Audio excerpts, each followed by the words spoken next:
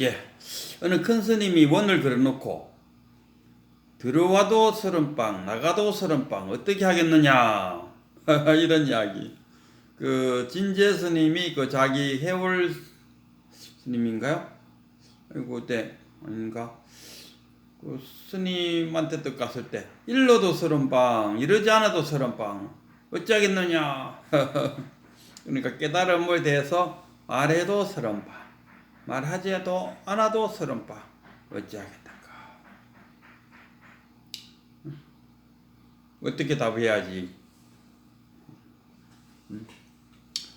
그 선사에게 인정을 받을 수 있는, 인가를 받을 수 있는 답을 할 수 있을까?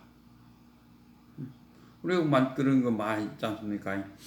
그 뭐 선방에 어떤 납승이 그 문을 들어가려고 한쪽 다리를 탁 걸쳐놓고 제가 들어갈 것 같습니까? 그냥 나갈 것 같습니까? 유명한 덕산도 그랬다 아닙니까? 덕산도 한쪽 다리를 탁 올려놓고는 나갈까요? 들어갈까요? 그런 이야기. 진퇴양난 둘 중에 하나를 선택해야 되는 그런 상황에 탁 놓인다 아닙니까?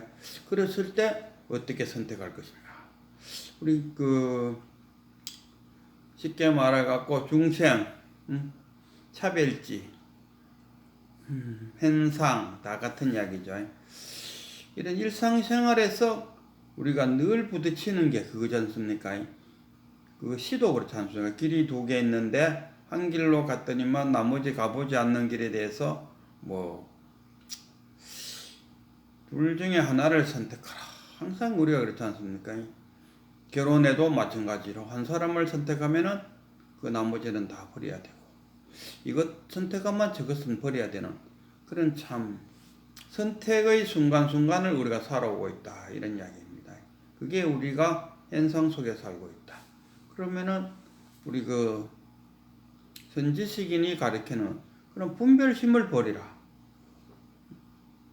그럼 들어와도 서른빵 나가도 서른빵 어떻게 하겠느냐 하고 질문을 던졌을 때 어떻게 답을 할 것입니까?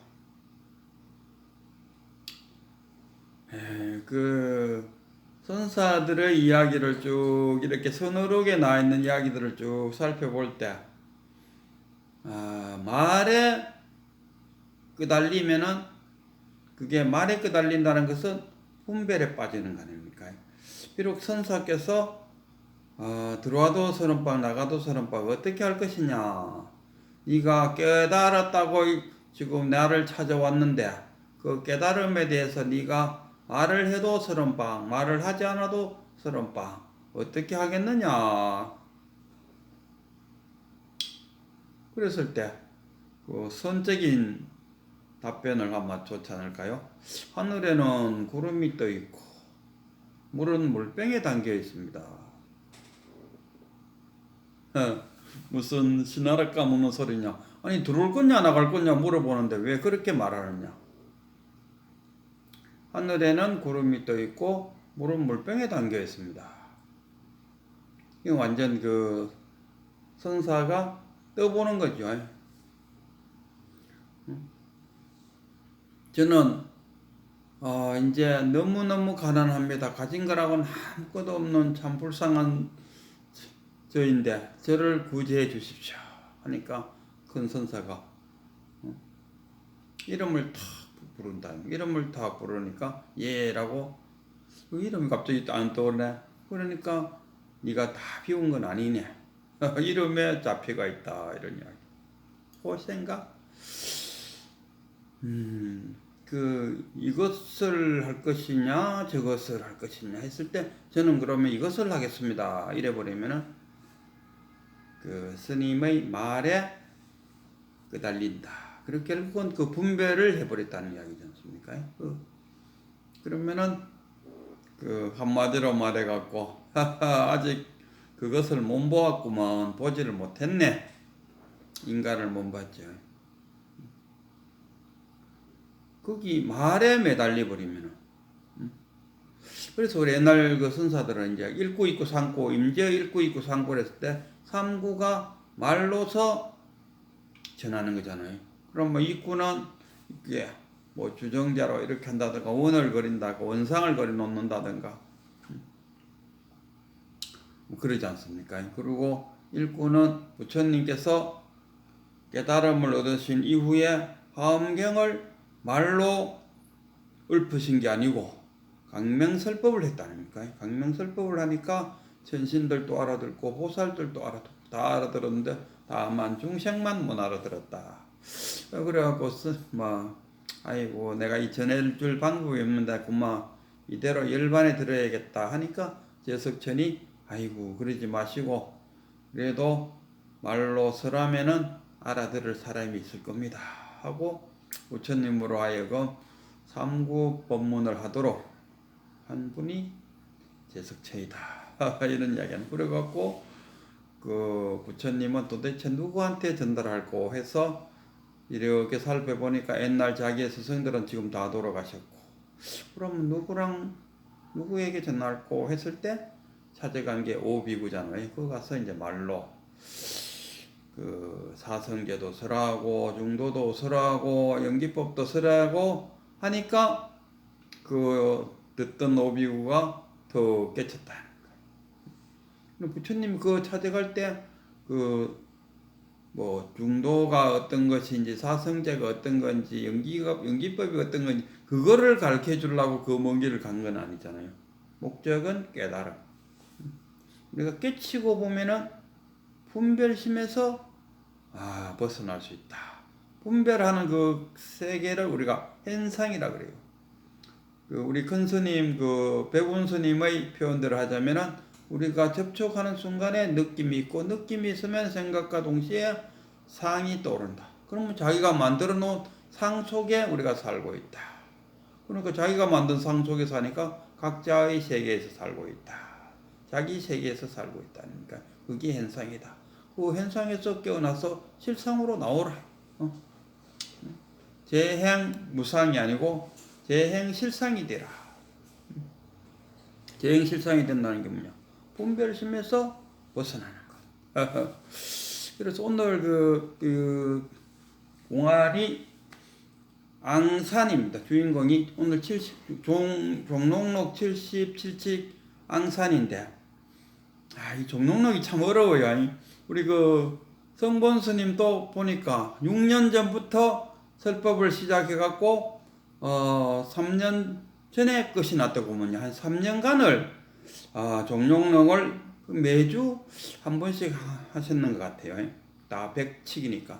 처음에는 1칙, 2칙 할 때는 그 구독자가 1000명이 넘었어요. 그런데 지금 한 80척 이런 쯤 오니까 구독자가 그 절반보다도 더 떨어져 버리더라고요.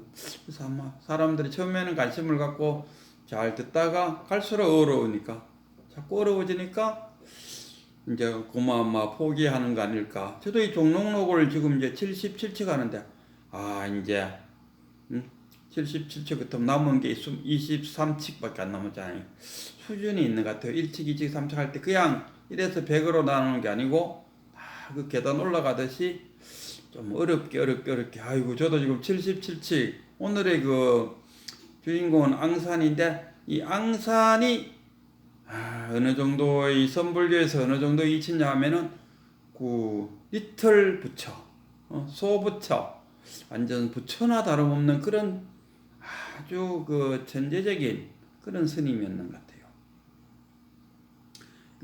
이론상이 있는 이론상이 지금 가장 활발하게 되어 있는 것이 원불교잖아요. 원불교에 가면은 그거는 부처님 안 모시고 이론상을 모시고 계시다. 동글라미. 동글라미 속에 그걸 원, 공, 그 안에 모든 것이 다 들어있다. 진리의 함축이다. 이러더라고요. 그거를 갖다가 어렵게 표현하면 무지무지하게 어렵습니다. 스님들 중에 백장이라는 스님이 있었어요. 백장이라고 하면 해능, 마조, 백장 이렇게 내려가는데 남악해양 선사를 해능, 남악해양, 마조, 백장 이렇게 내려가잖아요. 백장 밑에 황백 밑에 임재, 그 황백과 그 사행지가는 윗산의 그 제자가 앙산이지. 그 앙산과 윗산이 뭉쳐갖고 위앙종을 처음으로 만들었다.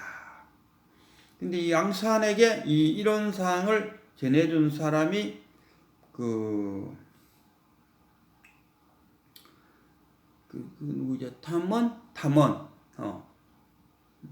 해충국사가 처음으로 심신명에 있는 것을 교육용으로 이론상을 제창했어요. 하고 그것을 자기 제자 탐원에게 물려줬더니만 이 탐원이 누굽니까? 앙산에게 물려주고 이 앙산이 물려줬더니만 우리나라 그 신라 고려 시대 때에 중국으로 많이 갔어요. 신라 그 스님들이. 그 중에 어느 스님이 또 이것을 그 이론상을 배워갖고 한국에도 또 번지게 되었고 더군다나 그거하고는 맥을 좀 약간 달리 하려는가 모르더만 아예 이론상을 정면에 내세워갖고 하는 그 부처님 대신으로 이론상을 내세운 것이 원불교. 원불교의 그 이론상은 뭐냐 하면 굉장히 복잡하죠. 복잡하다고 좋은 거 아닙니다. 그 백장이란 아까 말했지만 그 백장 스님이 그분 좀 희한한 분인데 나무 위에서 살았대요. 한 뭐 80쯤 되는 노인이 나무 위에다 집을 짓고 이렇게 살았다니까. 물론 제 생각에는 아마 절 앞이 아닐까 싶어요. 절 앞에 있는 큰 나무 위에다가 거기다가 집을 짓고 거기서 살았다. 그래서 어느 뭐 도지사인가 뭔가 이제 그쯤 되는 사람이 백장을 찾아왔습니다. 찾아와서 아이고 노스님 그 위험스럽게 왜 그렇게 높은 데 올라가 계십니까? 내려오시지요 하니까 백장 선사가 하는 말이 내가 보니까 땅에 있는 그대가 더 이태롭다. 언제 그대가 모간지가 날아갈지 모르니까 내가 보기에는 그대가 더 이태롭다 하니까 뭐 그 스님이 조금 기분이 상했는가? 그러면 스님 불법의 대의가 무엇입니까? 하고 물었어요. 물으니까 백장 스님이 그거 대수롭지 않게 그거야 나쁜 짓 하지 말고 착하게 사는 거지. 하니까 자기 딴에는 불법에 대해서 뭔가 좀 거창하고 고상한 이야기 진리가 어떻게 해서 일즉 다 다즉일이고 만법이 일련이 이런 어떤 좀 듣도 보도 못한 고상한 이야기를 해줄 줄 알 때는 고작 한다는 소리가 그거야 나쁜 짓 안 하고 착하게 사는 거지. 이렇다. 그러니까 이 선사라 해야 되나? 거사라 해야 되나? 이 거사가 이제 또 듣고 보이겠네. 조금 자존심도 상하고 나를 좀 무시하나? 그거야 쇠살문 놀라도 다 하는 이야기 아닙니까? 이렇게 딱 하니까 백장이 하나 알기야 쇠살문 놀라도 알지. 다만 실천해야 80문은 노인도 실천은 못하고 있다. 그 말에 뭔가 픽 만들어갖고 바로 엎드려갖고 아이고 스님을 저희 스승으로 모시겠습니다. 그러니까 이 진리라는 것은 아주 단순해요. 저도 식당을 하는데 그런 표현을 잘해요. 재료가 신선하면은 아주 신선한 재료가 있으면은 거기에 양념은 정말 얇짝 그냥 먹으면 약간 심심하니까 살짝 양념은 살짝 열리고 그 신선한 재료가 돋보일 수 있도록. 근데 만약에 저 족발 같은 데 이런 데 가보면요. 이런저런 약품 여갖고, 약품이라는 양 여갖고, 그 약이라는 건 뭐냐 가면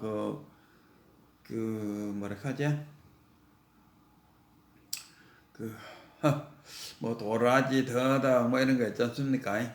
약초, 약초, 이런저런 약초를 여갖고, 시커멓게, 우려내는데, 그거는 재료가 신선하지 못하다는 이야기야. 신선한 재료를 딱 했을 때는, 우리가 족발 말고, 돼지고기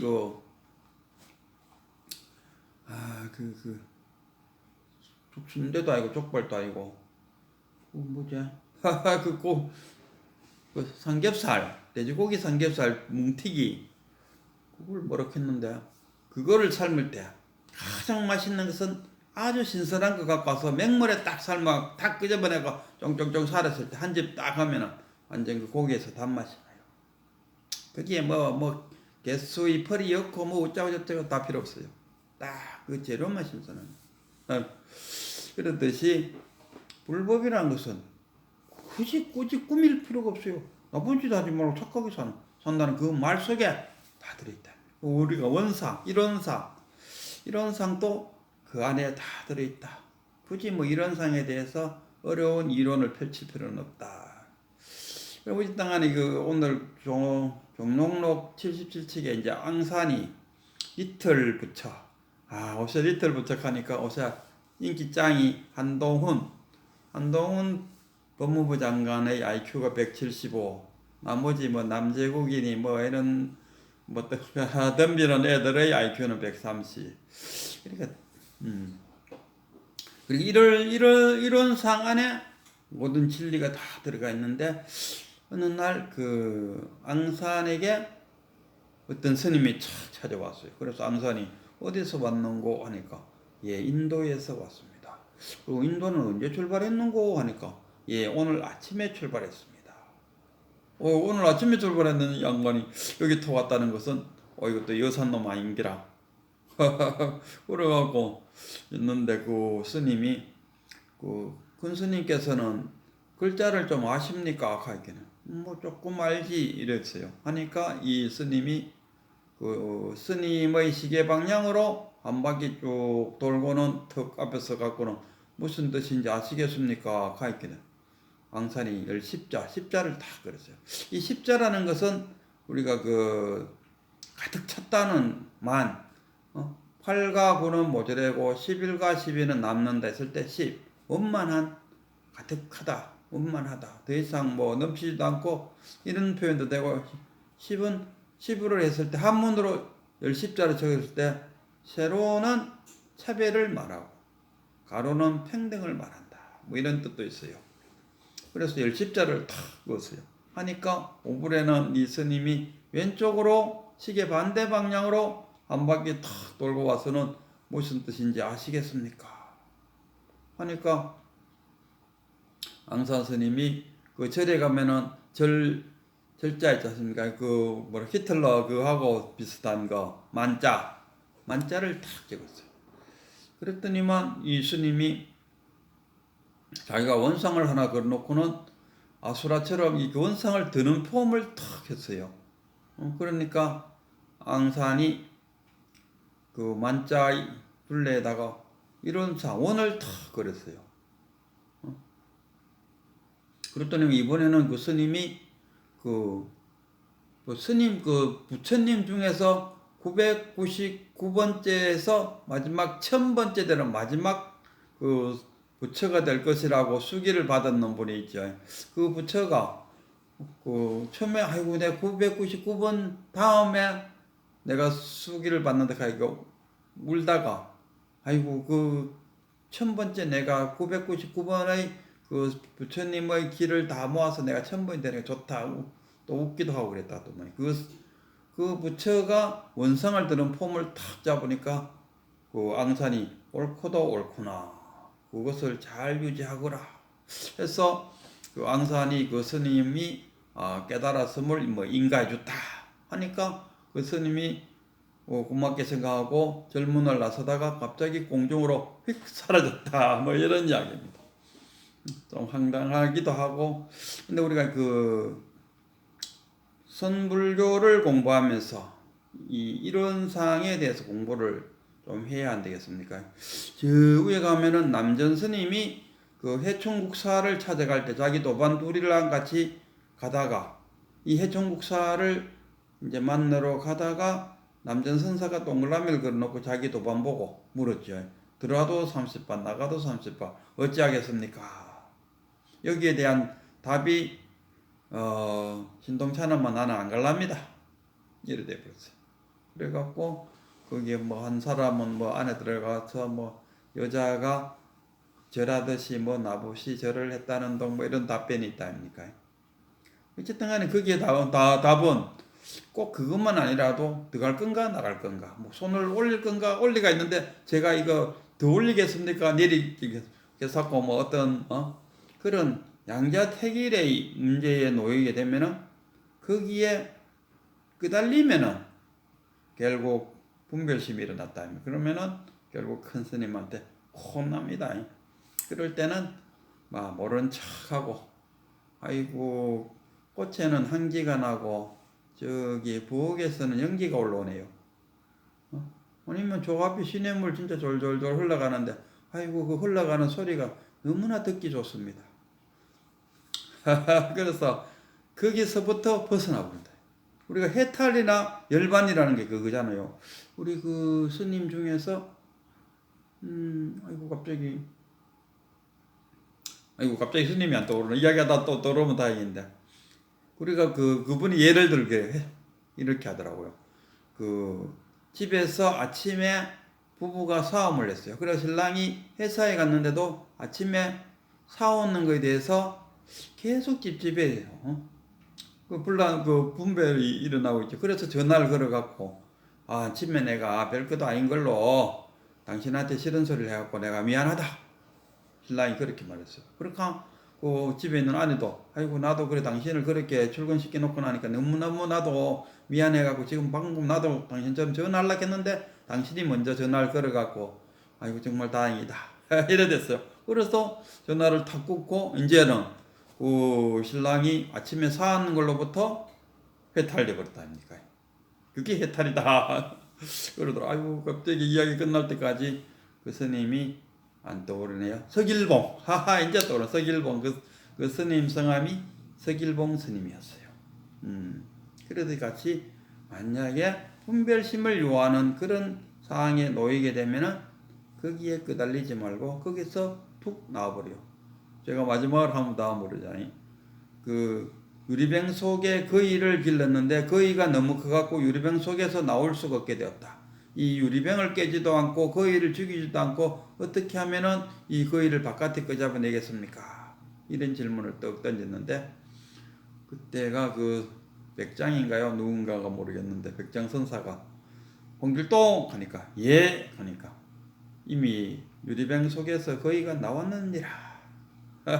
나오고 안 나오고 거기에 집착되어 있는 사람 누굽니까?